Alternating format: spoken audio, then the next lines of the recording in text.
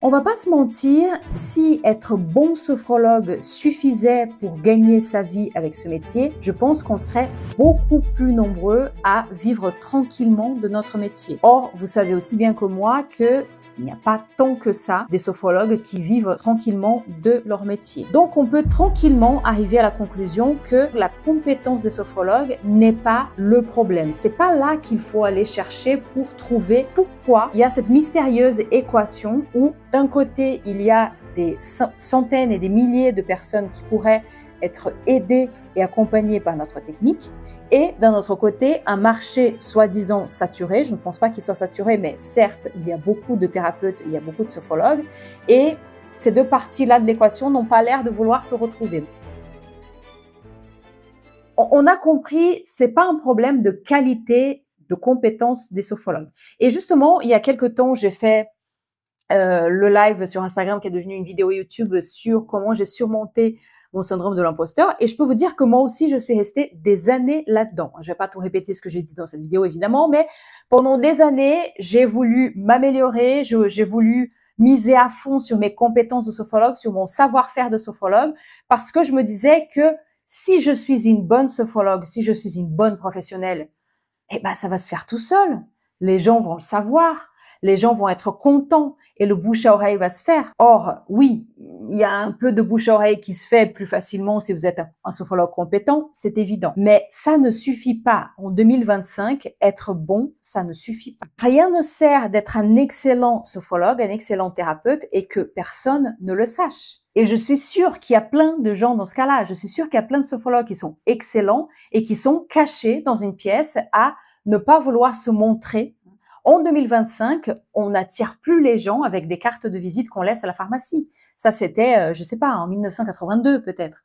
Moi, quand je suis sortie de formation en 2013, c'est ce qu'on m'a appris et je pense que c'était déjà plus tellement adapté pour 2013. Mais 2025, n'en parlons pas. Et justement, on est dans l'ère de l'information, on est dans l'ère des réseaux sociaux et vous êtes encore trop nombreux à ne pas vouloir aller là-dedans, ne pas avoir envie de communiquer, ou alors, au contraire, sentir que c'est important, avoir envie de le faire, mais ne pas arriver à le faire.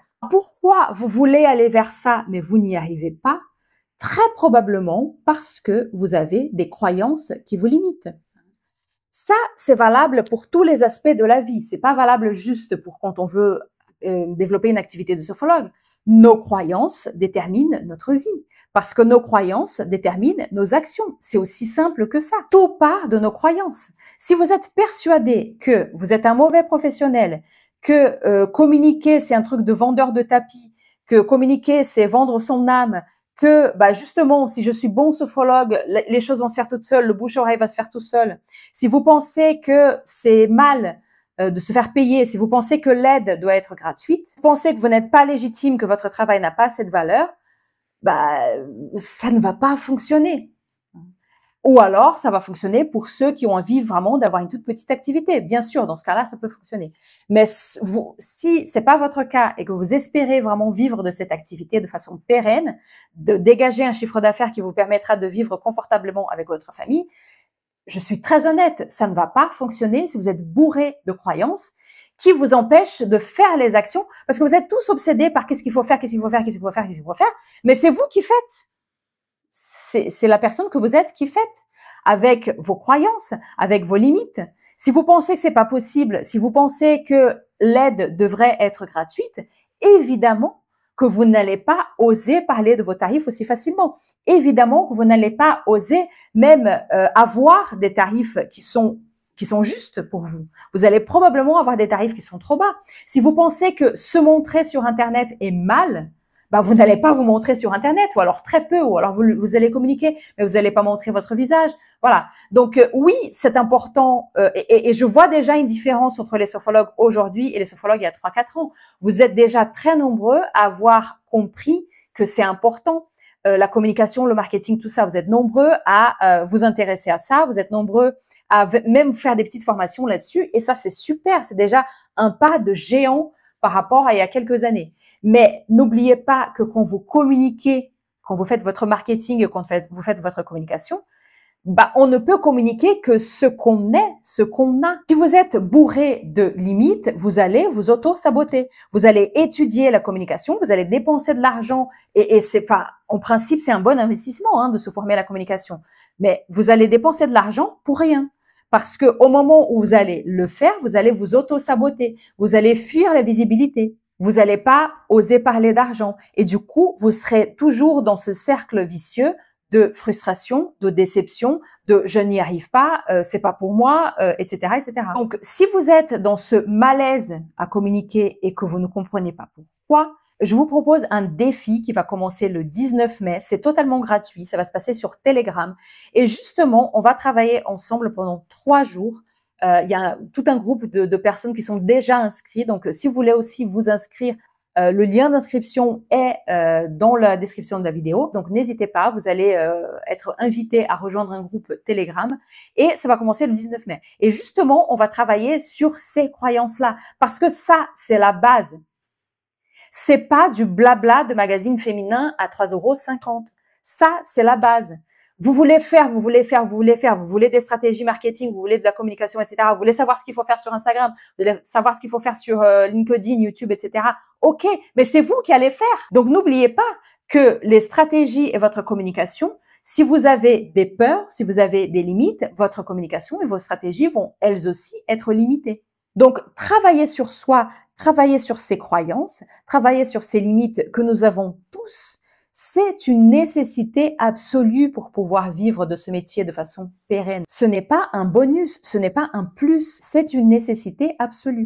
C'est en travaillant sur ce qui vous freine que vous allez justement être capable d'être beaucoup plus visible à votre rythme. Vous n'êtes pas obligé de faire ce qu'on vous dit de faire.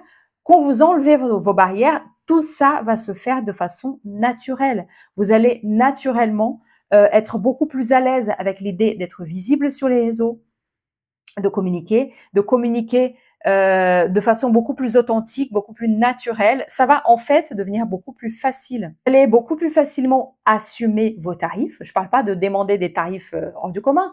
Vos tarifs, les tarifs qui sont justes pour vous parce que vous travaillez, vous méritez d'être payé. Vous passez des heures aussi avant vos séances à préparer, après vos séances à débriefer. C'est totalement naturel et normal d'être bien payé. Ça va devenir beaucoup plus facile et beaucoup plus fluide pour vous. Et là, on parle vraiment de ce qu'est la communication en 2025, qui est quelque part juste être magnétique. C'est juste attirer à soi des clients qui vont venir vers vous naturellement. Il ne s'agit pas d'être un vendeur de tapis. Vous allez naturellement, vous allez mettre en place des stratégies marketing et communication aussi, bien sûr.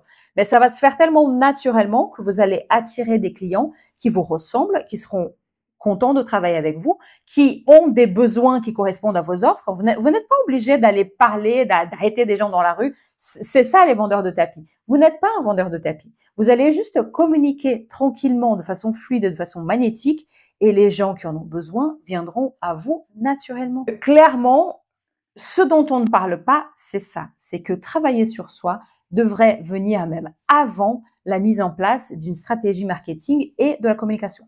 Je sais qu'en général, on ne fait pas les choses dans l'ordre, c'est pas grave. Venez me voir à partir du 19 mai, inscrivez-vous dans le lien qui est dans la description et on va parler de tout ça et on va commencer à débroussailler tout ça pour que vous soyez beaucoup plus au clair avec vos limites et que vous puissiez donc par la suite communiquer de façon beaucoup plus facile. Donc, si vous sentez que vous tournez en rond, que vous faites des choses et que rien ne fonctionne, plutôt que de regarder à l'extérieur, le marketing, la communication et ci et ça, et si vous regardiez à l'intérieur, parce que c'est probablement là, et vous êtes thérapeute, vous êtes bien placé pour le savoir, c'est probablement à l'intérieur que ça se passe, et c'est là où vous aurez toutes les réponses pour que ça se fasse de façon beaucoup plus fluide. Dites-moi en commentaire si cette vidéo vous a aidé et je vous retrouve très vite pour une prochaine vidéo.